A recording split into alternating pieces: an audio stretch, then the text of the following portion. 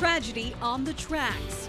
Main and railroad tracks, charter bus, hit by a train. At least 4 people are dead after a CSX train collides with a charter bus. Tonight, the witnesses. If by chance that train would have been going any faster, that bus would have been cut in half. The survivors.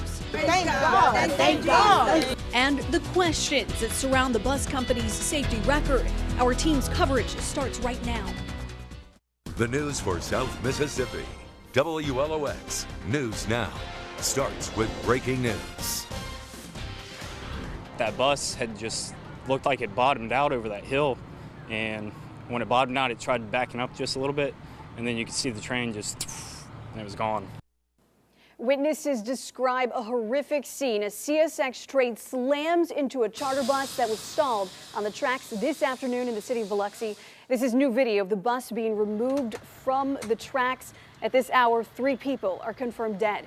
Earlier reports had said there were 4 fatalities, but we've just learned 3 people are dead. More than 30 others are being treated in the hospital right now. We also have some dramatic pictures that were taken by Harrison County Fire Chief Pat Sullivan showing the carnage in the moments following the collision. We have this story covered from every angle tonight. My co-anchor Hugh Keaton joins us live on the ground from that deadly scene. Hugh? It all happened just after 2 o'clock this afternoon. A bus carrying around 50 people was trying to cross Main Street in Biloxi when a train collided with it. The train carried that bus several hundred yards. I counted 3 full blocks down to where the bus finally came to a stop. And Christina, as you said, we have confirmed tonight 3 people are dead as a result of the train hitting the charter bus. The charter bus was in the area going to casinos. It was en route to the Boomtown Casino, and it originated in Austin, Texas, carrying a group of senior citizens. Now, I spoke with a witness who saw it all unfold with his own eyes, and he reacted right after he saw it. He tried to rescue some people out of the bus, and he called 911 right after it happened. He describes the scene and how he reacted. The military in me actually kicked in because, my first instinct was triage. What do you do when there's a triage? First, you call 911. Then you go to assess the situation in terms of your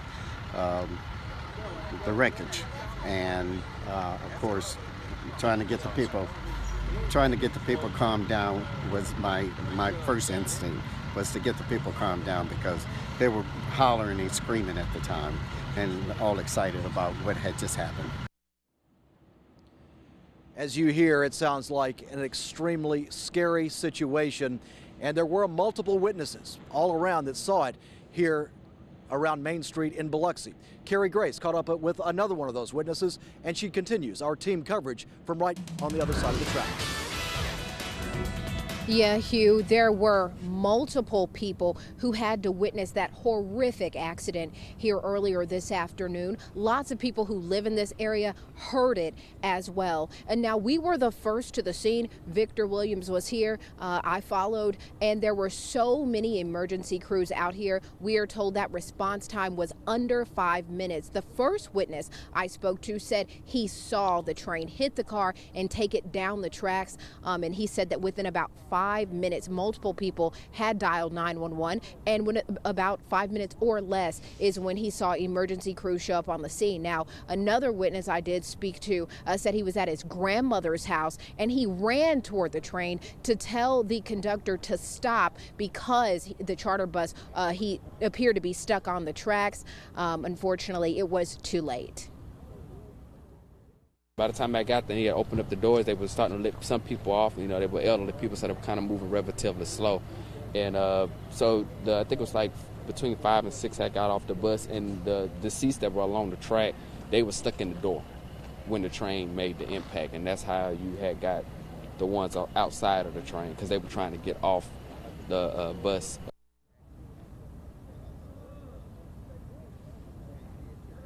Yeah, again, we know at this time 3 are confirmed dead, and we'll continue to follow that. For now, let's go back to Hugh Keaton. Hugh. Thank you, Carrie. Actually, WLOX reporter Victor Williams was first on the scene right after we learned about this all happening just after 2 o'clock. Victor, when you got here this afternoon, what was it like? Well, the scene was absolutely chaotic. I can tell you that when I got here, there was the first round of first responders who were out here trying to just assess or just trying to see what exactly was going on and trying to see how many people they could rescue. And then I guess they needed more help. And then the second round of first responders came in, and then the third round. And it seemed like every couple of minutes there was another wave of first responders here just trying to help out. And just moments ago, we got an update on this whole situation from Biloxi Police Chief John Miller. Victor, you talked to him, and what did he tell you? He basically told me that he didn't think about what he had to do when he got out here. He told me that he and his crews just got to work trying to help as many people as possible. And let's take a listen to John Miller, what he said just moments ago. Well, to be honest with you, really haven't had time to think about difficulty. It was there, it had to be taken care of. And I think everybody has worked very well together to get it taken care of. A true tragedy. There's no way to soften the blow for the families. It's just a terrible thing that has happened. But we've tried to do our part to make everybody as safe as possible since the accident. Now, he did tell me that they are working to clear the scene as soon as possible. He did tell me that they are planning to move that train as well as the bus in the next couple of hours. And the street here is expected to be open within the next hour. Let me bring in for another update the Fire Chief from Biloxi, Chief Boney. Thank you for joining us. I know it's been a difficult day for you, but what is the latest right now as far as this rescue effort? Well, we've gotten everyone off the bus, transported to the hospitals, area hospitals. We're just in the process now of getting the bus secured and out of here so we can get the train moved. What was the biggest challenge as far as, I saw how the bus was stuck to the train. What was the biggest obstacle in saving people off the bus? Well, naturally the biggest challenge is amassing the personnel to be able to handle the job. We did that fairly quickly. I'm proud to say there were quite a few people severely injured on the bus. We had to triage people, get them off of the bus safely, get them to an area where we could transport them to the hospital, have them triaged and transported to the hospital. It takes a little bit of time, but I'm very proud of everyone along the coast, all the agencies that came and helped us. I can't thank them enough. This is a situation where you train for, but you can't have, there's no way you could have enough people on this, in the stations waiting for an incident like this. So it took quite a few calls to surrounding agencies to assist us. How many agencies were here to help? At least 7 or 8 around the coast. We had Gulfport came and assisted, Harrison County, the Iberville Fire Departments. We had Keesler Fire Department, and Keesler Medical came. James Carver with AMR also came, and the AMR was great. They did a great job. We had medical helicopters here. It took us a few minutes, but we got all the proper equipment here and transported the people. And I'm happy to say that of the ones that were injured, we got them off safely. How long did it take to get everybody off that could be rescued? It took us 1 hour and 4 minutes to evacuate 46 people, and some of them had to be cut out with the jaws, so it was that's quite a feat. Yeah, that is a draining process, and a lot of them were senior citizens, or I think all of them, is that right? Well, to my knowledge, most of them were, yes. Okay, and we're estimates still around 50 people, and most of them are in area hospitals right now. Right. Okay. How difficult of a day has this been for you, and can you compare it to anything that you've seen in your career? Well, I've been to large incidents, not large casualty incidents like this, so it's hard to compare. I'm still in a rescue mode, so it'll take me a while to settle down a little bit. You just, you go into that mode and you're trained, what you're trained to do. And every one of the first responders that responded to this scene did a professional job. Thank you very much for joining us, Chief Boney. And we are told that the train will be moving later tonight. The bus is still here, and it will be removed, I'm told, within the next hour. And that is the story from here in Biloxi. We will continue updating it throughout the night here on WLOX. Reporting live in Biloxi, Hugh Keaton, WLOX News Now. Such a tragic day today. Thank you so much, Hugh. We have a statement from CSX. It reads, quote, CSX personnel are working with first responders at a collision of a freight train and passenger bus in Biloxi, Mississippi. The collision this afternoon occurred at the Main Street crossing. The eastbound mixed freight train traveling from New Orleans to Mobile, Alabama had 3 locomotives and 52 cars, 27 loaded cars, and 25 empty cars. The crossing has flashing lights and crossing gates. Authorities in Biloxi report 3 fatalities and many injuries, and our thoughts are with all involved. The train crew was not injured. The company that owns the charter bus Echo Transportation also issued a statement today. CEO Jay Ferrari told WLOX News Now, we're mobilizing right now to investigate. Once we're ready to make further comments, we will. WLOX News Now's team coverage of this tragedy continues in just a few minutes. But first, let's get a quick check of a very active radar from Chief Meteorologist Carrie Duncan. We are seeing some very strong showers throughout parts of South Mississippi, stretching from Picayune up I-59 into Poplarville, now starting to move into northern Hancock County and much of actually Stone County as well. And then looking into Harrison County, we're already starting to see these showers. Now, looking into the Silver Run area and into Wiggins, we're watching these showers and thunderstorms knock on the doorstep of White's Crossing and also 10 Mile. As we move farther out, you'll notice these showers and thunderstorms are rolling across South Mississippi, continuing to head to the east. So folks in Diamond Head, it will be there before you know it. Also Saussure within the next 5 to 10 minutes. And folks stretching up into Loosedale will probably see some showers coming within the next 10 to 15 minutes. And then down into Jackson County, you've probably got another 45 minutes to an hour before we see these showers and thunderstorms heading this way. It's all associated with a pretty powerful cold front. We'll take a look at the timing of it coming up in just a bit. Much more to come on today's breaking news. 3 killed in a collision on the train tracks. Stay with us.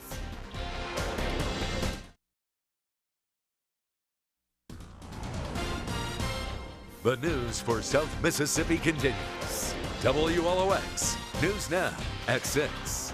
Sponsored in high definition exclusively by Mississippi Gulf Coast Community College. Start with Gulf Coast, finish with confidence. We are continuing our live coverage in Biloxi, where earlier this afternoon a train collided with a charter bus, leaving 3 people dead. With me right now is James Carver, the head of AMR in the area, and this was a huge undertaking with almost 50 people on the bus, 3 fatalities, as I said. But to get that many people off of a bus who were injured and to local area hospitals, how big of a challenge was that for you? It's very challenging. It was a team effort from everybody involved, all the local agencies that were involved. We had mutual aid from outside the county even. Everybody worked real well together, and we were able to get all the patients extricated and transported off scene in just a little over an hour, which is phenomenal. How many ambulances had to respond? I know we had at least 4 from our area. KISA responded with, I think, 1 of their units, and I think they brought a bus as well, transporting patients. And Acadia had 2 ambulances here as well. And you had 1 helicopter come in, I believe, right? Yeah, we had 1 helicopter, and then we had our bus. We have a large bus as well for like the walking wounded and stuff that we could transport. We didn't need it at that point because we had pretty much everybody extricated and out here by then. I would say you probably have to have a lot of practice to be able to coordinate that kind of an effort. Yeah, it's hard to practice large events like this. It's just, you know, the training and everything we do, it just, you know, it comes you know, with time. Okay, we got, they're trying to move out the bus right now, and we are on live TV. Victor, is this your car? No, that's not mine. Okay, they're trying to move one of our cars out of the way here. Once again, this is live TV, and they are trying to move the bus out of the way here that was struck in the collision earlier today. And I think I'm going to try, and if they're moving the bus right now, I'm going to stay here and let the bus pass so you can see the full impact of how significant that damage was on the bus.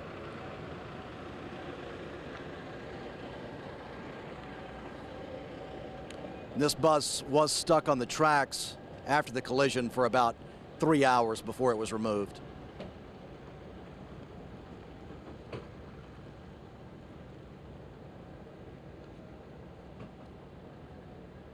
And that is the point of impact, and you can really tell how difficult of a situation that was.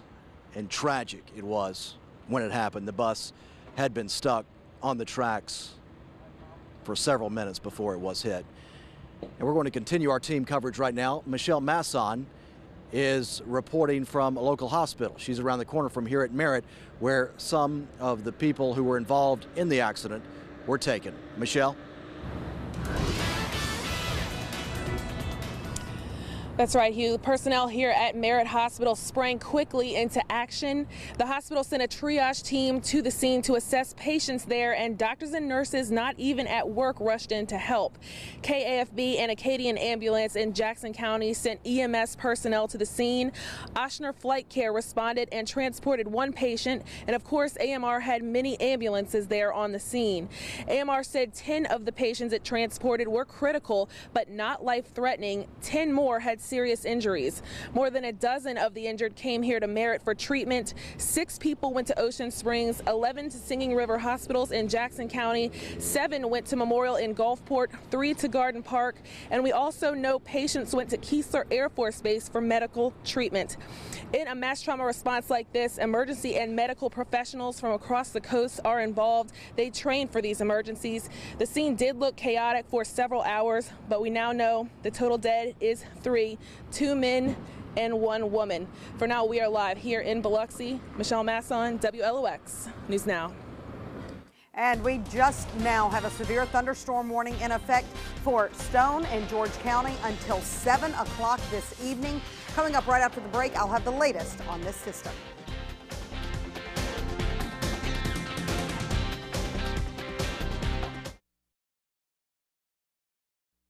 Now, WLOX First Alert Weather with Chief Meteorologist Carrie Duncan.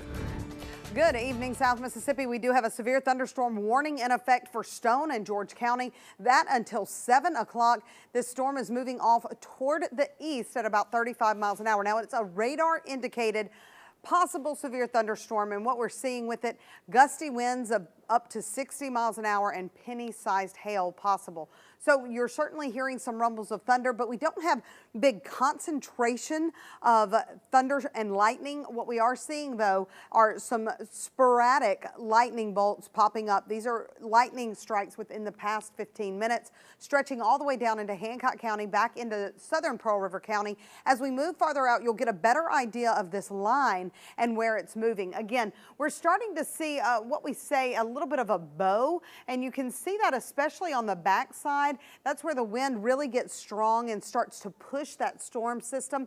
It's been moving about 30 miles an hour, but what we're seeing with this one particular thunderstorm, it's moving about 35 miles an hour. So that's why it's starting to outrun a little bit this line. And so we're going to continue to watch that push off toward the southeast at about 35 miles an hour. With that in mind, we put a track on this, and you'll notice that it is at Saussure right now. And again, the heaviest part will be at Saussure, actually at about 631, Gulfport about 656, Biloxi 712, and then Mobile at 741. So we will continue to watch this system move to our south as we head through the rest of the evening hours. So if you're not seeing the rain yet, it's heading your way, and it's going to be moving through the coastal areas. That frontal system, again, advancing our way. Here's a look at our timeline with Futurecast. Notice that we are watching this system continue down. Now, this is actually a little bit behind because this line is already into the Saussure area. So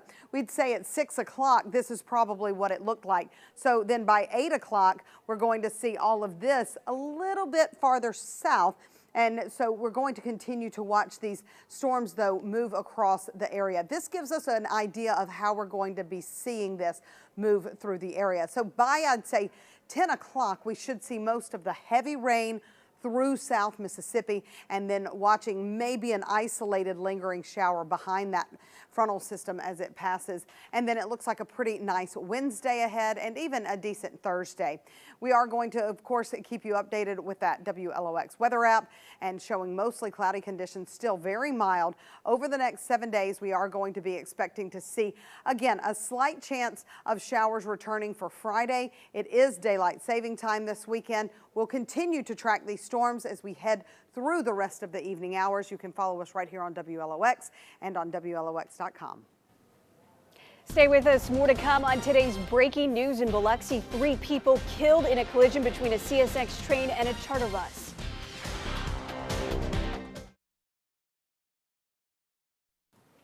Three people killed today in Biloxi when a CSX train collided with a charter bus. Almost a year ago, another charter bus was stuck on the tracks at those very same tracks, actually at Main Street. This is exactly where today's deadly crash took place. Now, photographer James Edward Bates says it all happened March 12th of 2016. He joins us now to explain exactly what he saw that day. Hi, Christina. How are you? James, I'm doing well. So tell us a little bit about what you saw that day. And we do actually have video of your photo. Yeah, so I finished covering the parade for Hibernia Marching Society and was headed home when I noticed the bus was stuck on the tracks. It was a northbound bus on Main Street, and a few of the passengers had gotten off along with the driver. But the train that was westbound had already stopped about 100, maybe 150 yards from the bus. So, there was no threat at that point of an accident. And James, you mentioned you knew then that something needed to be done. Yeah, I felt like there was a problem there. Obviously, the bus had gotten stuck. We had a Pepsi truck, I believe, struck recently by a train. So, yeah, there are signs there, warning of a low ground clearance. I've noticed when looking back on the pictures, there are road signs at the intersection right before the crossing on Main Street. But, yeah, I guess as a photographer, it's a responsibility I feel like I have to try to photograph things that need to be corrected in our community, things that need attention. And that's just one of those days. So I stopped and took a few pictures on the way home. And James, certainly a reminder of just how dangerous that crossing really is. And right now we're out of time, James, but thank you so much for joining us, and thank you for sharing that photo with us. You're welcome. Thank you. And that's it for the news at 6 o'clock. Be sure to follow us over to WLOX CBS for our 6:30 newscast. We'll have continuing coverage of the collision. This is a live scene right now, that CSX train collision over in the city of Biloxi off Main Street. Remember, you can join us on WLOX News CBS for the 6:30 news.